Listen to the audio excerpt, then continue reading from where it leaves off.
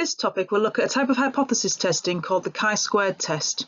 This is used to test whether there is an association between two variables. There is a handout that goes with this topic which you may find useful, as this will avoid the need to copy down all of the tables. A contingency table, also known as a two-way table, is a convenient way of showing bivariate data, so data with two variables. In this example, we have a group of 100 students who are either taking maths, science or English revision, and they are split into male and female. We can use this table to fill in the information. We're going to put 100 in the bottom corner, as this is the total number of students. You may want to pause the slide now and fill in the rest of the table using the information given. So we start by filling in the students who choose science in the total at the bottom of the column. We also know that there are 27 female maths students and 54 female students altogether. There are 21 male maths students and 12 English male students. We can then fill in the rest of the data by looking for any columns or rows where there is only one missing gap. So for example, 21 and 27 gives us a total of 48 maths students. We can then fill in the total number of males as being 46 and so on.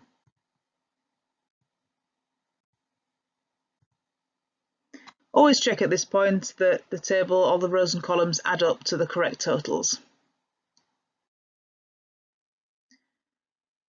Here's some information about 2,000 people taking the exam. In this case, we are given the percentages of people who passed or failed the exam and a breakdown into their ages. We're going to construct a contingency table to represent this. Then we're going to look into whether there is any kind of connection between age and passing or failing the exam. Again, here is the contingency table. We have 2,000 students altogether. You may want to pause the slide now and fill in the rest of the spaces.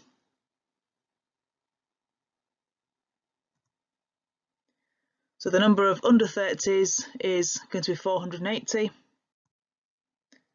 The number of people who passed is going to be 1,200. And we can fill the rest of the table in using the information given.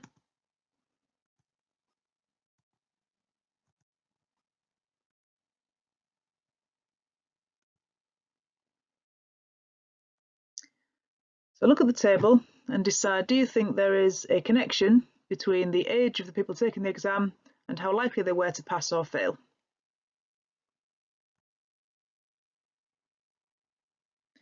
You may think that it looks like there is a connection. For example, when we look at the under 30s, it seems as though quite a high proportion of those people pass, compared to say the over 50s, where a higher proportion of those people fail. However, we need to look at some mathematics in a bit more detail to decide whether this is significant or not. We're going to use a test called the chi-squared test, which is a type of hypothesis test to decide whether or not there is a significant connection between these variables. So the data that has been collected is called the observed data. So in this case, the table that we have here with the information about who passed and failed the exam is called the observed values. In a chi-square test for independence, we compare the observed values to the expected values. In other words, the values that you would expect based on the numbers of people if there was no connection at all between the two variables. The expected values can be calculated using this formula. So for each cell, we calculate the total from that row multiplied by the total from that column, and then we divide by the total in the entire table. So we're going to fill in the expected values here. So for example, for the under 30s and pass, we are going to calculate 700 multiplied by 1,200 divided by 2,000.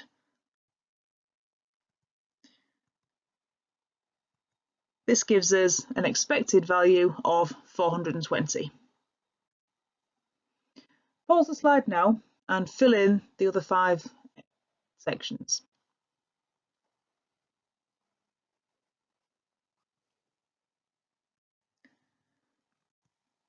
So the next value, we should get 600.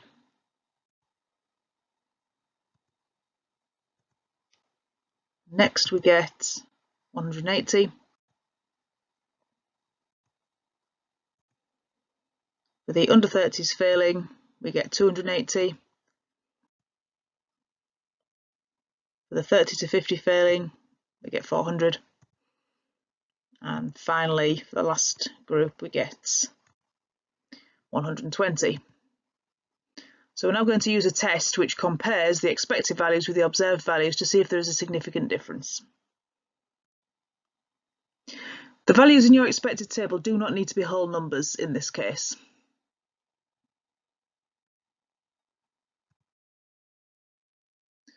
So we're going to use the observed values and the expected values to calculate what we call the test statistic.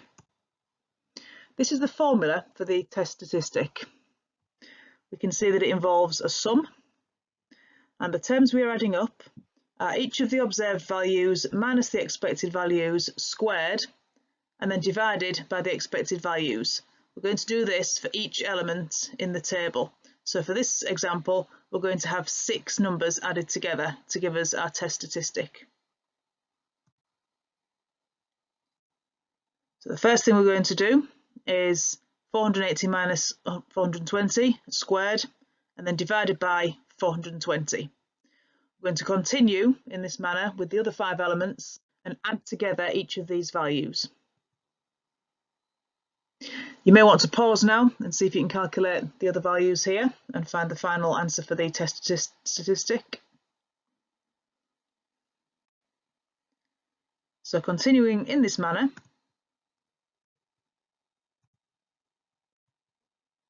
the statistic we get in this case is 45.32. We're now going to look at whether this is significant.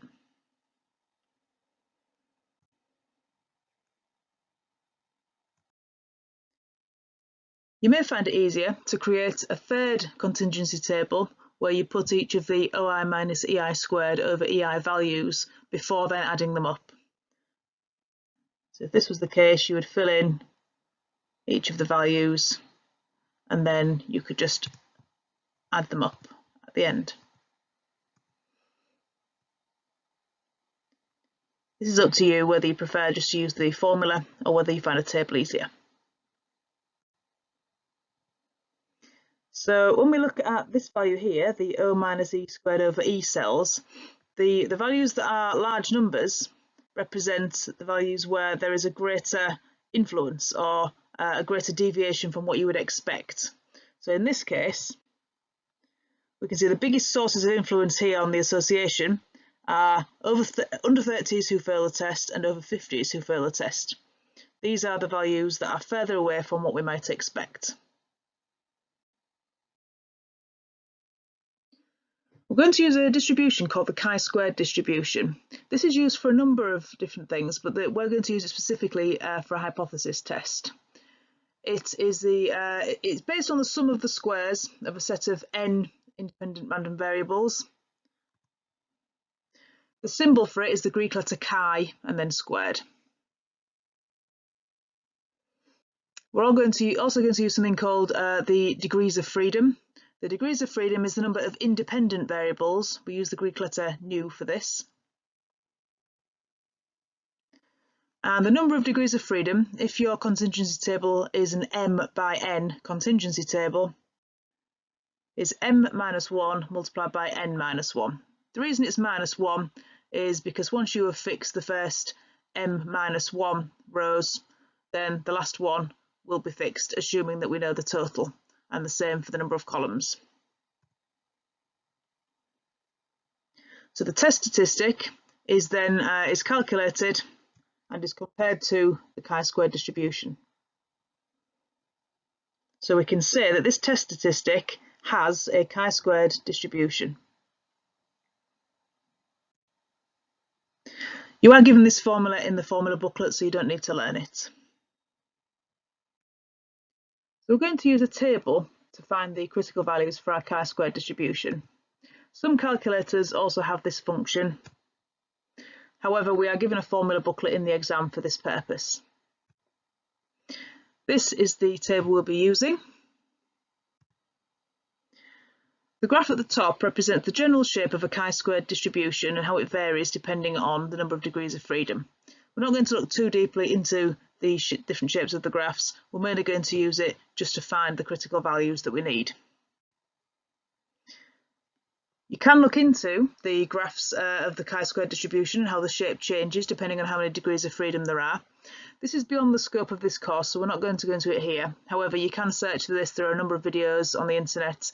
If you search for chi-squared distribution introduction, you'll find a number of things, including explanations as to where these shapes arise from. However, we're not going to look into these here because this is not part of the course that we need. So the first thing to note is that the values in the table represent the acceptance region for the hypothesis test, not the critical region. So in this case, if we were doing a test at a significance level of 5%, we'd have to look at the acceptance level being 95%.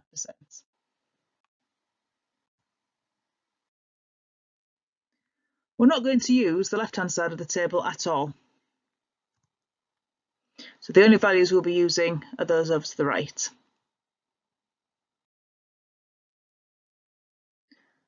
So in order to find the critical value for this hypothesis test, we first of all need to choose the correct column based on which significance level we are testing.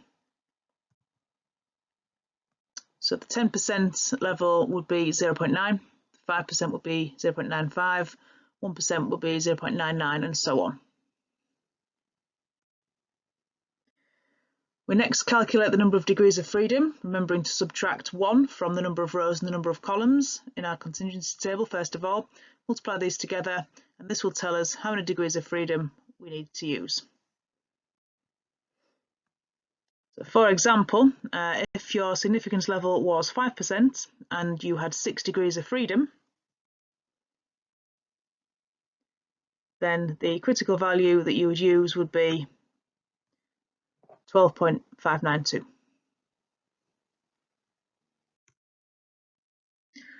So first you calculate the approximate chi-squared statistic using the formula that we saw earlier. Then you look up the critical value in the chi-squared tables. You can now make a conclusion on the test. This is important. You need to make sure that you phrase this correctly and that you write out all of the steps. You have to decide whether the approximate chi-squared statistic, which you've calculated from the formula, is more or less than the critical value that you've got from the table. If it is less, you will conclude that there is no significant evidence to suggest that there is an association between the two categories you are studying. However, if the approximate chi-squared statistic that you've calculated is greater than the critical value in the table, you can conclude that there is significant evidence to suggest that there is an association between category A and category B. It's important when you write these conclusions that you always write them in context, so don't just call them category A and category B, call them whatever the categories are in the question. Also, make sure that you don't give a definite conclusion. Make sure that you say there is either no significant evidence to suggest or there is significant evidence to suggest. You cannot conclude that there definitely is a connection or that there definitely is not. This is all about whether there is enough evidence to suggest this. So here are the steps for a chi-squared test for association between two categories.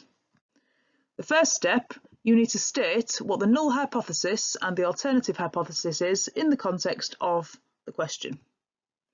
So H0 is a null hypothesis. That is that there is no association between the two categories. Remember to actually name these in your answer. The alternative hypothesis is that there is an association between the two variables. The second step is to complete the contingency table with the observed values and the expected values. The third step is to use these two tables to calculate your chi-squared statistic, either just using the formula or by creating a third table. The fourth step is to state how many degrees of freedom there are in your test. The fifth is to determine the critical value by looking at the chi-squared table and deciding for your significance level what that critical value is.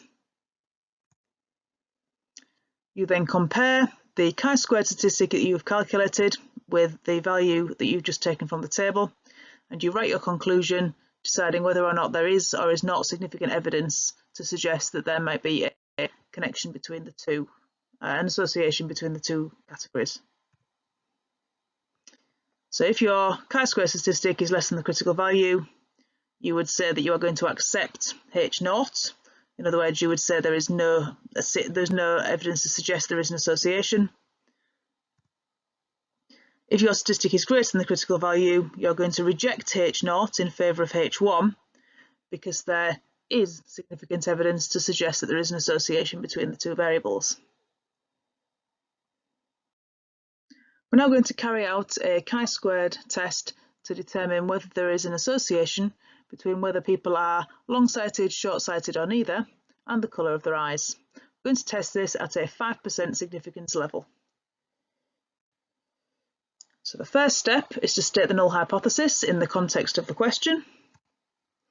In this case, the null hypothesis is that there is no association between eye colour and vision problems. There is an alternative hypothesis that there is an association between eye colour and vision problems.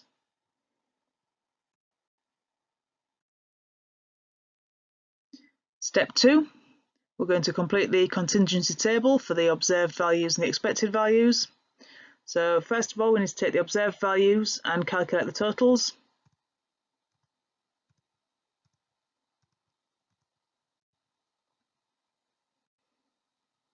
Next, we are going to calculate the expected values by using these totals. Remember, the formula is the row total multiplied by the column total divided by the grand total.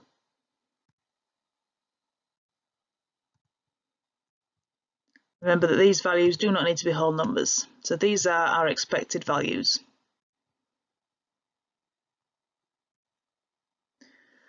We're now going to calculate the chi-squared statistic using the formula given.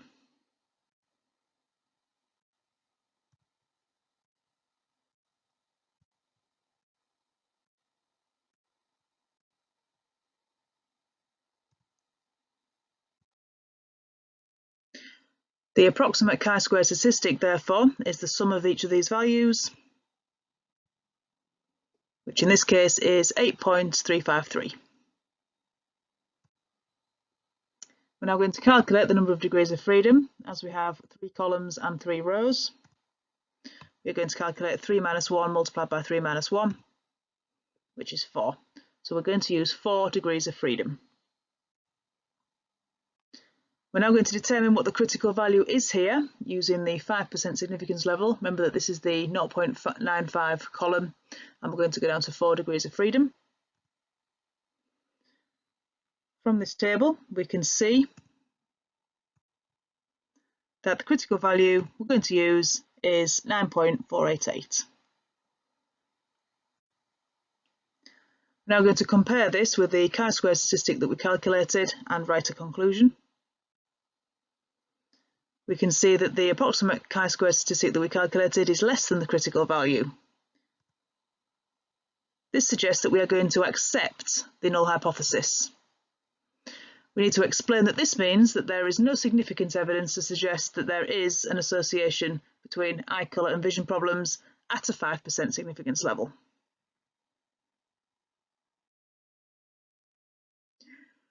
Sometimes you will find when you calculate the expected values that the value in a cell is too small, and what this does is it increases the chances of there being an error in the test. In order to try to minimise this, there's a convention that says if a cell in the expected value table is less than or equal to 5, we shouldn't run a chi-square test for association in this current form. So for example here, we have a random sample of 120 adults who were asked what their age and their preferred method of travel. There is a problem here. You may want to pause the slide now and calculate what the expected values are to see if you can see where the problem lies. So we can see the totals from the observed table. leads us to the expected values, and a number of these are less than or equal to 5. So it wouldn't be appropriate for us to run a test for independence at this stage using this table, as there's a likelihood of there being errors. How could we change the initial table in order to reduce these errors?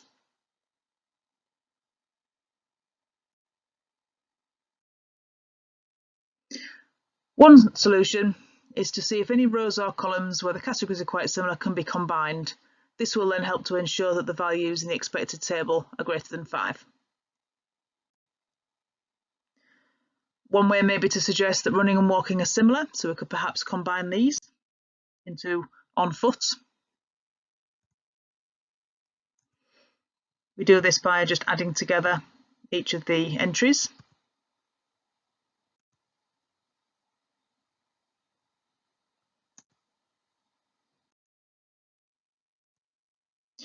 We can now try again to see whether the expected values are now greater than or equal to 5.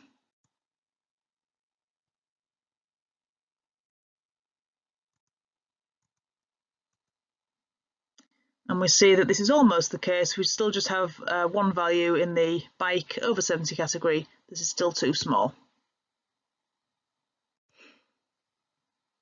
So we're going to see if we can combine some more categories in order to reduce this.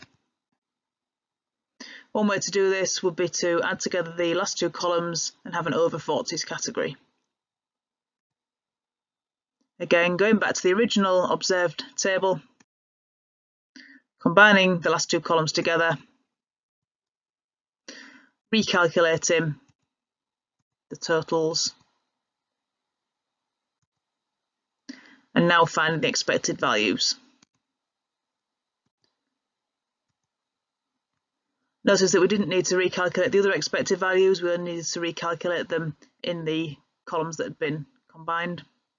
We can see now that all of our expected values are greater than 5, so we can proceed.